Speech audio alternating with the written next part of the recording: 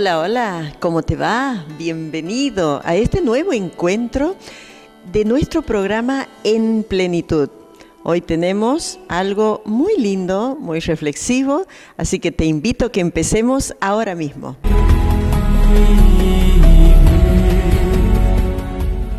Y nos encontramos en esta oportunidad con el licenciado Diego Ramos. Él es politólogo y vamos a evacuar dudas que tenemos acerca de un encuentro que se va a producir el 23 de este mes. Va a ser un encuentro interreligioso. ¿Qué tal? Buenas tardes, ¿cómo está, licenciado? Gachi, muchas gracias por la invitación, es un placer estar aquí y poder conversar sobre este tema que nos convoca. Como bien decías, el 23 de abril vamos a tener la 5ª Jornada Nacional de Diálogo Interreligioso. Este encuentro se va a realizar en el Parque del Encuentro, donde era el ex zoológico, ¿no? Y ahí en el Parque del Encuentro, los que han podido ver, los que han podido conocerlo y los que no, bueno, cuando se lleguen lo verán. Ahí están puestas las distintas nominaciones de las distintas religiones. Entonces la idea es que ese 23 de abril podamos encontrarnos, por lo menos la gran mayoría de las expresiones religiosas que hay aquí en Santiago del Estero, y poder hacer eso que se llama diálogo, ¿no? Hacer un diálogo entre las religiones. Por supuesto que están todos invitados, no necesariamente uno tiene que ser parte de una congregación o de una religión, sino que están invitados a que podamos escuchar más en estos tiempos, ¿no? Donde estamos convencidos que las personas, a partir de lo que hemos vivido en esta pandemia, están en búsqueda de algo más trascendental, ¿no? ¿Cuál es el resultado que deja o que ha dejado este tiempo de pandemia? Creo que los efectos de la pandemia todavía no lo estamos dimensionando. Vos fíjate que por primera vez en la historia de este siglo XXI, la pandemia nos puso en agenda un tema que los seres humanos no lo tenemos presente cotidianamente, que es la muerte, ¿no? La muerte entró en la agenda, irrumpió la cotidianidad, y todos hemos vivido y lo estamos viviendo y padeciendo en distintos niveles, algunos más intensos, otros menos, pero el tema de la pérdida, ¿no? Vos fíjate, Graciela, que de todas las posibilidades que el ser humano tiene, la única posibilidad real que existe es la muerte. Pero uno no se levanta diciendo, mañana voy a morir, dentro de 2 minutos voy a morir, ¿no? De hecho, hay una negación rotunda a la muerte. El ser humano niega absolutamente la muerte. Entonces, ha preferido incorporar tantas cosas de información que le bombardeen la cabeza porque no quiere pensar en eso, y lo que en definitiva está negando es su ser misterio, ¿no? La persona es un ser misterio, es un sujeto que siempre está en proceso de construcción, ¿no? Siempre está en esta instancia de increciendo. Negó su ser misterio y por supuesto que también negó la trascendentalidad, ¿no? Ahora, lo paradójico, ¿no? Negamos la muerte por temor, ¿no? Negamos la muerte porque también está cargado de muchos condimentos, también históricos. Bueno, algún día hablaremos de eso, pero tiene una connotación bastante traumática la muerte. Pero al mismo tiempo, negarla es negarnos a nosotros mismos, ¿no? Es negar nuestra existencia, nuestro ser. Fíjate que los griegos, ahí por ahí vamos también con esto de lo espiritual, de la espiritualidad, los griegos siempre se preguntaban acerca de qué es el ser, qué es ser, ¿no? Y después de mucho pensar, dijeron, bueno, el ser es existir, ser es igual a existir. Pero bueno, ahí también entra una pregunta, ¿no? Si yo no soy lo que quiero ser, ¿cuál es la respuesta? ¿Cuál es la pregunta? ¿Existo? Si ser es igual a existir, si yo no soy lo que quiero ser, ¿existo? Y en esa búsqueda, en esto de andar buceando, ¿no? El ser humano intenta o debería intentar descubrir hacia adentro y encontrar los cauces y los canales que le permitan ser lo que uno en realidad tendría que ser. No tanto lo que te va marcando el sistema que te pone una vida de inautenticidad, ¿no? El mundo del ser, esto se dice, esto se piensa, así se debe actuar. Lo inauténtico, la inautenticidad, es lo que permitió hacer una incisión entre la persona, su mente, su espiritualidad, esa integridad que fue dividida, separada, ¿no? Ahora bien, la religión cumple un papel fundamental, sí, ¿no? Convengamos que nosotros tenemos una realidad, una dimensión que es trascendental, ¿no? La trascendentalidad.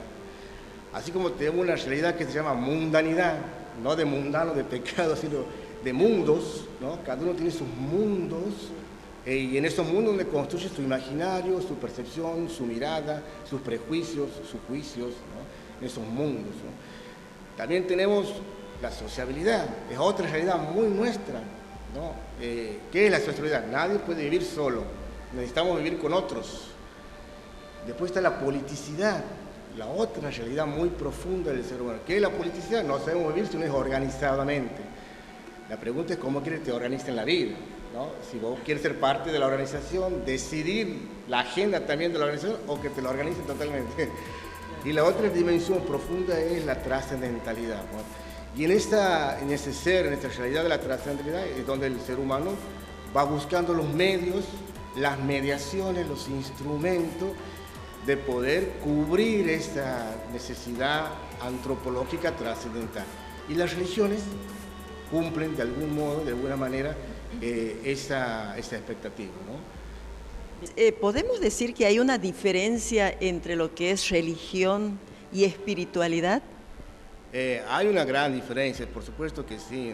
A ver, de hecho, las religiones, si uno toma su sentido etimológico, ¿no? Que significa religar, estar ligado a algo, las religiones siempre están construidas a partir de ciertos credos y ciertos dogmas, ¿no?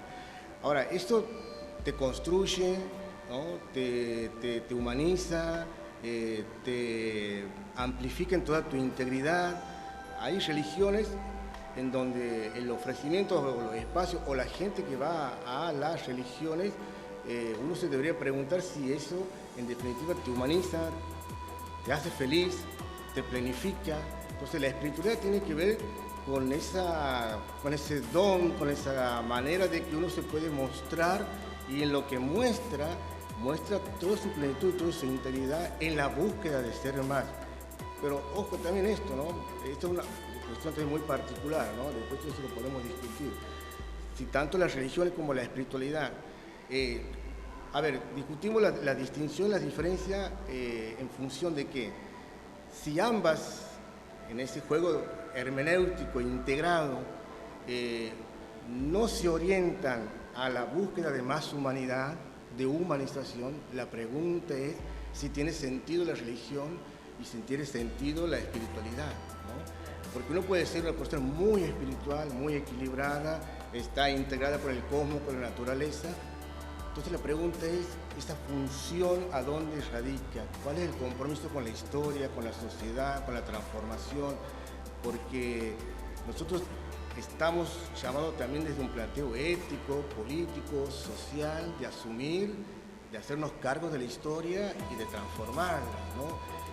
Y los que más responsabilidad tenemos son los que más posibilidad hemos tenido de poder descubrir eso, pensar eso, construir nuestros propios proyectos, ¿no? Porque muchas personas no han podido concretizar sus proyectos de vida, ¿no? Y ahí entra todo el tema, por supuesto, de las mediaciones frustradas, de los sueños frustrados, donde uno termina haciendo lo que puede. Ahora, nosotros, las personas, los seres humanos que hemos podido concretizar, completar, cumplir nuestros proyectos de vida. De vuelta a la pregunta, ¿en función de qué, ¿no? Aportamos a la construcción de la sociedad, de la paz social, de la armonía, asumimos la historia, las realidades de las historias, las complejidades de la historia, las miserias de la historia, las asumimos, nos hacemos cargo, asumimos la idea del ecosistema, ¿no? Mira que hay un pasaje del texto de la Biblia, en el Génesis, cuando Dios dice, bueno, le da al hombre la potestad de dominar la tierra, ¿no? Muchos seres humanos se han creído Dios y han dominado la tierra a partir del exterminio de la naturaleza, del ecosistema, ¿no? Entonces, vamos de vuelta. Espiritualidad, religión, humaniza, te permite ser más humano, nos hace proceso de humanización, y cuando hablamos de humanización hablamos de dignidad de las personas, ¿no? De poder que cada sujeto pueda mínimamente completar su materialidad de la vida, que es educarse, instruirse, comer, tener salud, ¿no? Y tomando un poquito esto lo cual acabas de decir, hoy por hoy las sociedades de nuestro país y de países vecinos no están cumpliendo esto, o sea, no es que no están cumpliendo, no están llegando a instruirse, a tener un pueblo digno, que trabaje, que gane su sustento. Podemos decir que dentro de lo que es la religión hay una responsabilidad. Muy buena la pregunta. Sí, tendría que haber una responsabilidad. Mira, todos nosotros, los seres humanos, somos gregarios, igual que los animales. Gregarios, vivimos todos juntitos. La gran diferencia es que nosotros podemos construir comunidad.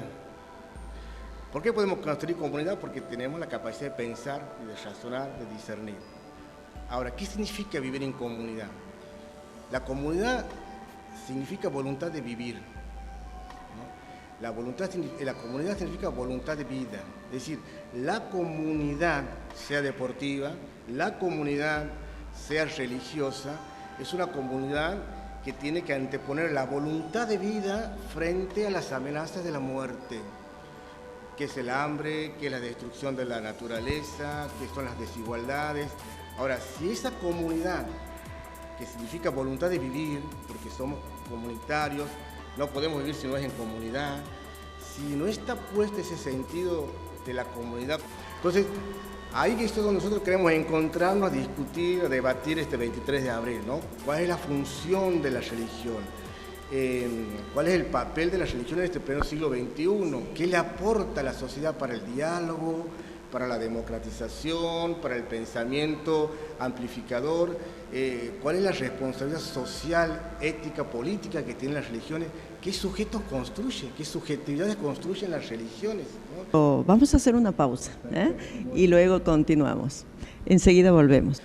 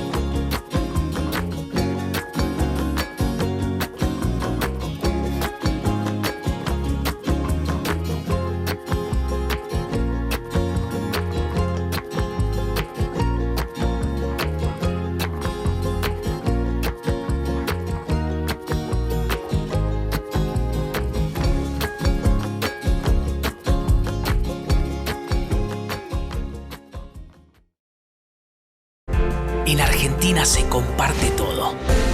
Se comparte un asado, una aventura y un fogón.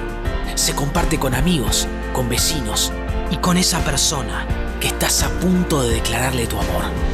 Y siempre, pero siempre, se comparte en familia. Eso es sagrado.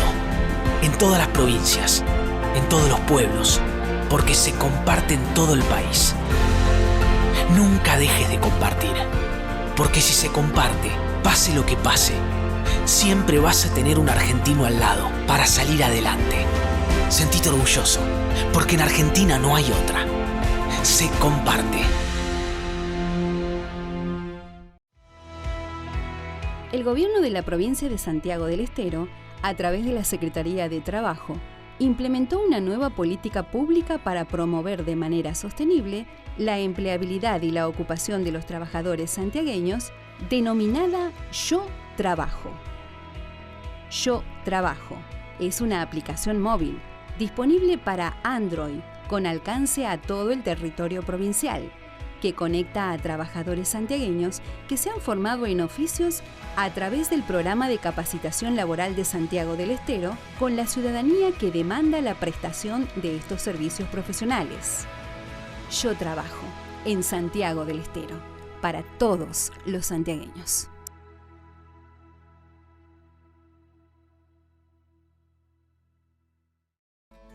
Centro Calidad de Vida MAVA. La vida comienza cuando te animás a ser vos. Yoga integral, taller biodespertar emocional, clases de instrumentos musicales, iniciación acuática, natación infantil, hidrogym. Centro Calidad de Vida MAVA. San Lorenzo 120, La Banda. Estamos dialogando con el licenciado Diego Ramos acerca de un encuentro que se va a realizar el día 23 de abril, aquí en Santiago del Estero, un encuentro de diálogo interreligioso, como él lo ha dicho. Un poco nos contaba acerca de lo que iba a ser ese día, el 23, ese encuentro de distintas religiones.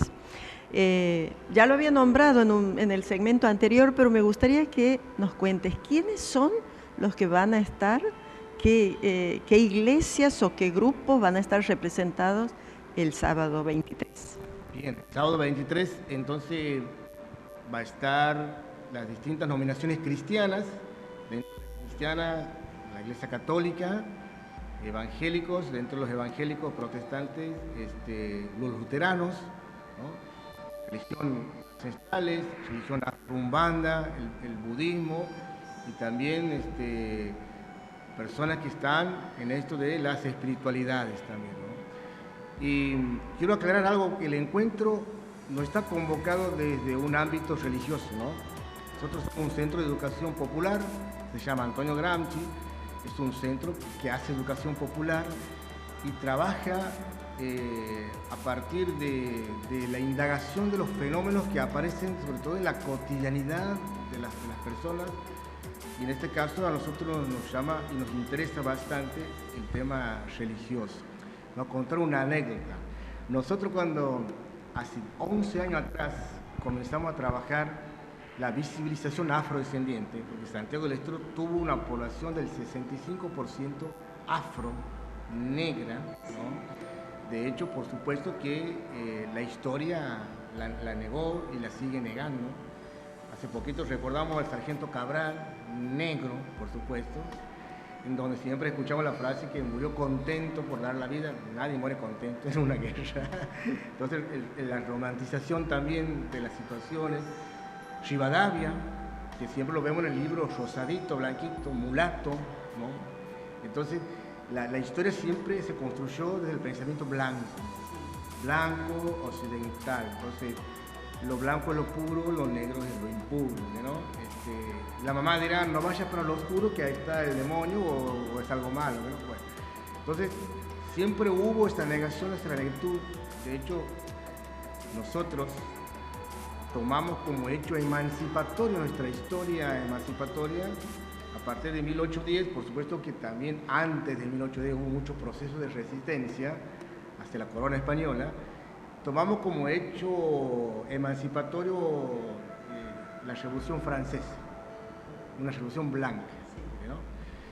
Y no sé si vos sabrás, Gachi, que la Revolución Francesa, cuando se comenzó a gestar esto, llamó a los negros, los campesinos, para que se levanten contra la monarquía absoluta.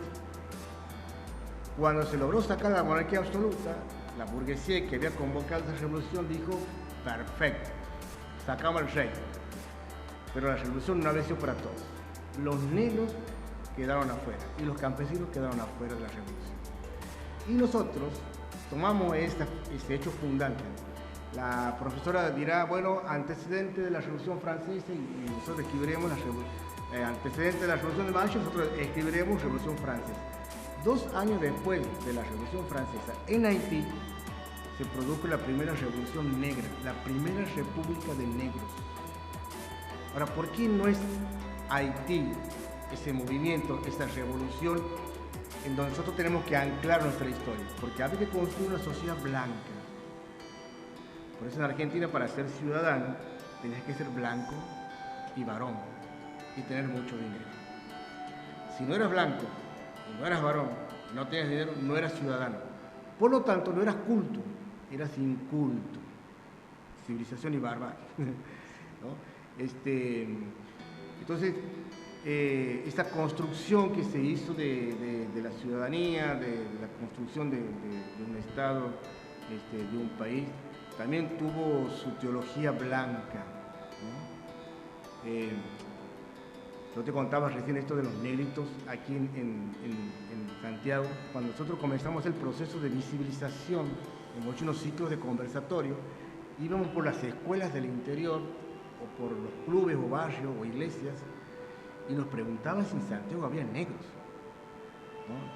Y te preguntaban personas de color como la mía y más oscura todavía. Ya, ¿había negros en Santiago? Claro que sí, había negros en Santiago.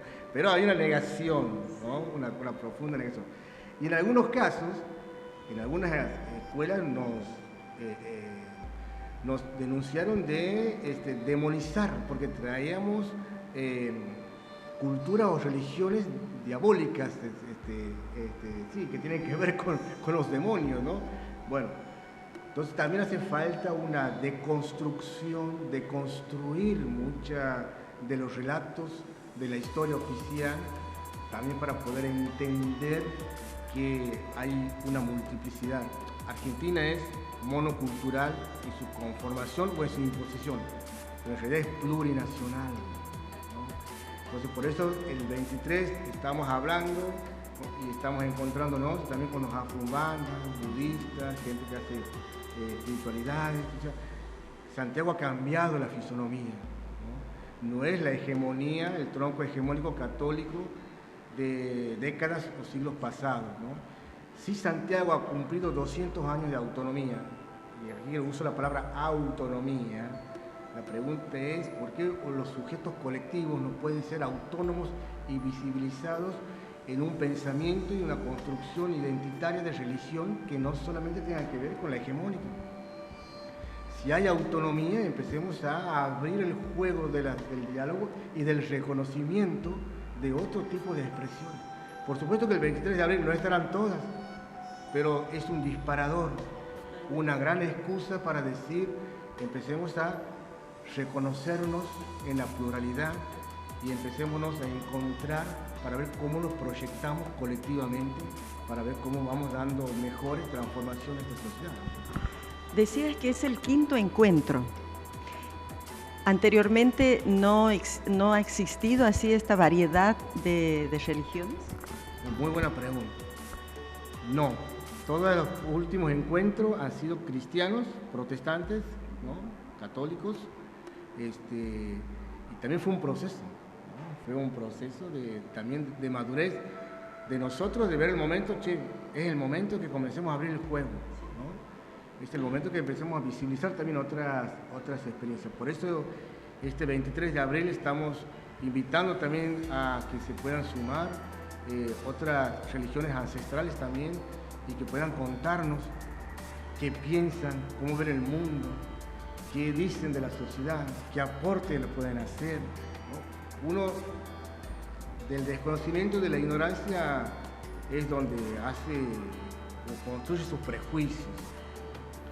Entonces estos espacios es bueno para sacarnos el prejuicio también, ¿no? Para sacarnos la ignorancia de muchas cosas también que tenemos y de volver a poner en consideración que una sociedad tiene que ser dialogante, ¿no? Y que los ámbitos de responsabilidad políticas, educativas, culturales, sociales, tienen que abonar, habilitar los espacios para que el diálogo siga, comience, vuelva a circular, para que la palabra esté presente, ¿no? La palabra es un elemento fundamental. Si vos no tienes palabra, no tienes poder. Si vos no puedes expresar lo que sos, estás invisibilizado, ¿no? Vos tienes palabra, te empoderas, tienes posicionamiento. Ahora, por supuesto, la palabra tiene que tener un aporte, ¿no? La palabra tiene que tener esa capacidad también pedagógica, ¿no?, de orientar hacia dónde más podemos ir para una construcción colectiva. El gran desafío, Graciela, es salir del nosotros colectivo, de los micros nosotros, ¿no?, los micros nosotros. Allá hay el grupito de la parroquia tanto es un micro nosotros. La comunidad religiosa afro es un micro nosotros, ¿no? La comunidad o el grupo que hacen espiritualidades es un micro nosotros. Entonces, si cada uno estamos en los micro nosotros, es imposible pensar en un nosotros colectivo mucho más amplio y superador. Es a partir del conocimiento, del reconocimiento y de la construcción colectiva de que podamos pensar que una sociedad puede madurar. Si nos quedamos en los micro nosotros, en los nichos y en los cercos mentales, es muy difícil que hagamos procesos de madurez dentro de una sociedad, mucho menos una sociedad democrática, ¿no?, si nos quedamos estancados en esas experiencias. La última cosa que no había preguntado, ¿cualquiera puede asistir? ¿Cualquier persona? Están todas y todos invitados. Y no hace falta, como decíamos en un principio, que pertenezca a algún colectivo religioso, que tenga el deseo de estar, de escuchar, de opinar. ¿Los horarios? Convocamos a las 9 de la mañana para arrancar puntualmente 9:30. Va a haber distintos expositores, va a haber debates, trabajos en grupo, hacemos un corte a las 12:30 y a las 15:30 retomamos para finalizar a las 17:30. Un día distinto va a ser, ¿no es cierto? Pero confiamos de que va a ser muy, pero muy bueno. Muchísimas gracias. Bueno, la última pausa y enseguida estamos de vuelta.